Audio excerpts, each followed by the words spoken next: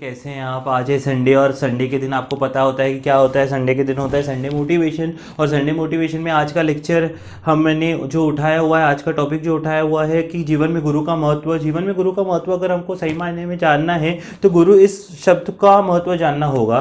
तो अगर गुरु को आप दो भागों में डिवाइड करोगे तो एक होता है गु का मतलब है अंधेरा और रु का मतलब है डिस्ट्रॉयर, यानी जो अंधेरे को डिस्ट्रॉय करता है। देखिए अंधेरे का असली मतलब क्या है। अंधेरे का असली मतलब है प्रकाश का ना होना। जहाँ लाइट नहीं है उसको ही तो अंधेरा बोलते हैं, जहाँ पर उजाला नहीं है उसको तो अंधेरा बोलते हैं। मान लीजिए आप कहीं घोर जंगल में अटक गए हैं और वहाँ पर क्या है, घोर अंधेरा है, तो आपको डर लगने लगेगा। आपका पैर किसी गलत जगह में फंस जा सकता है, किसी खड्डे में आप फंस जा सकते हो। पर वहीं अगर उजाला आ गया तो आपका डर भी आपके मन से बिल्कुल ही उतर जाएगा, आपके मन से डर बिल्कुल निकल जाएगा, आपको एक सही रास्ता दिखाई देना लगेगा। तो यही एक गुरु का असली काम होता है कि आपको सही मार्ग दिखाना, आपको सही और गलत में फर्क करना सिखाना। तो अगर आप यानी जीवन में सफलता प्राप्त करना चाहते हैं तो गुरु का रहना बहुत ज़्यादा ज़रूरी है। देखिए अगर गुरु नहीं रहेगा तो आपको सही रास्ता कोई नहीं दिखा सकता है।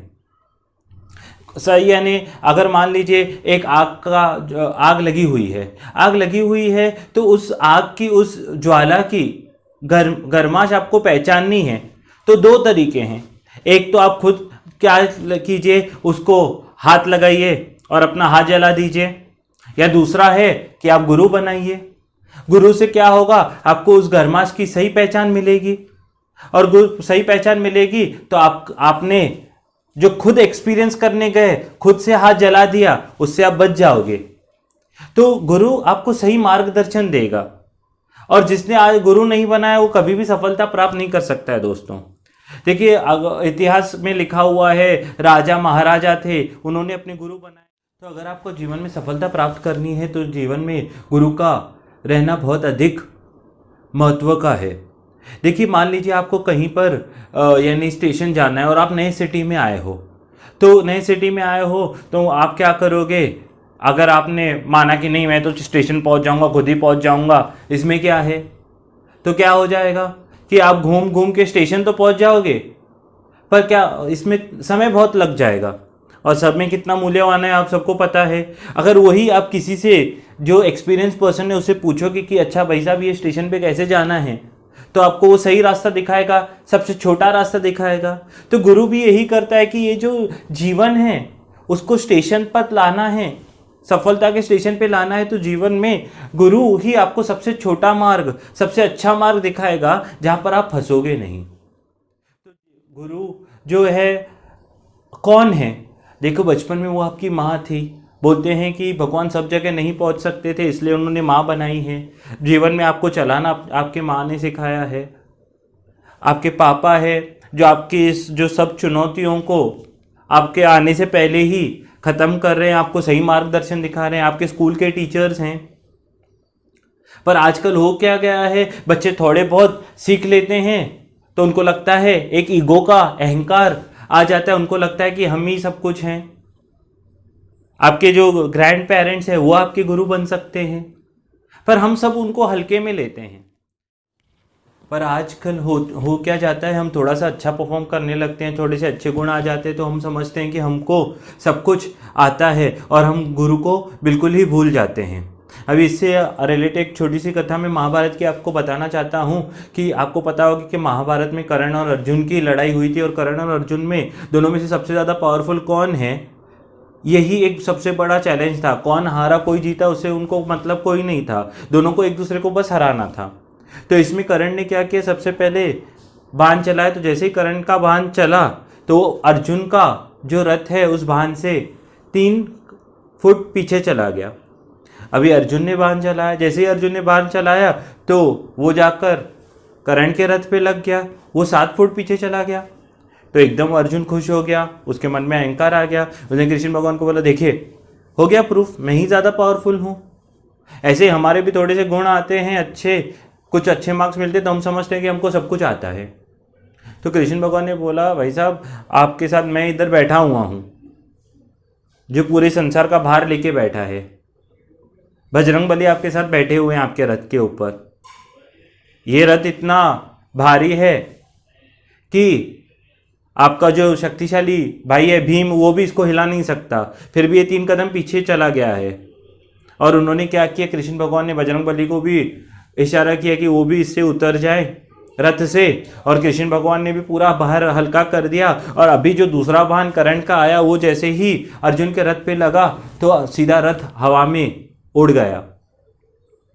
तो वहां से अर्जुन का, यानी अर्जुन को सही मार्ग कृष्ण भगवान ने दिखाया कि ये ईगो कुछ काम का नहीं है।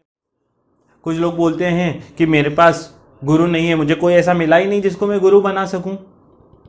अरे यानी देखिए उसके मन में कितना अहंकार भरा हुआ है, यानी वो किसको अपने से ज़्यादा समझदार समझ रहा ही नहीं है जो उसका मार्गदर्शन कर सके।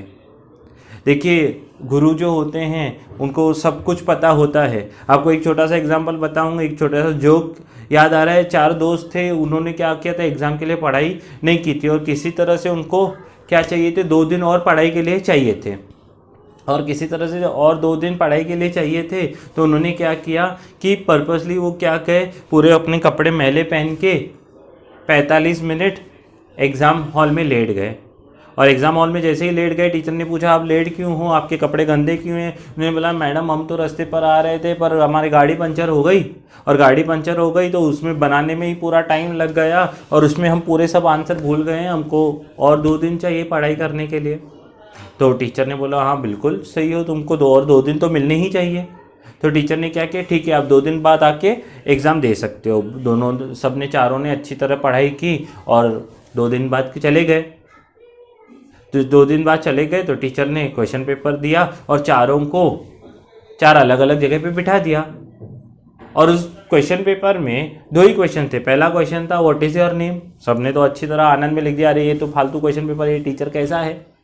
और दूसरा क्वेश्चन जो 99 मार्क्स का था, 100 मार्क्स के पेपर में 2 ही क्वेश्चन दिए थे, उन्होंने लिखा था कि गाड़ी का उस दिन कौन सा टायर पंचर हुआ था।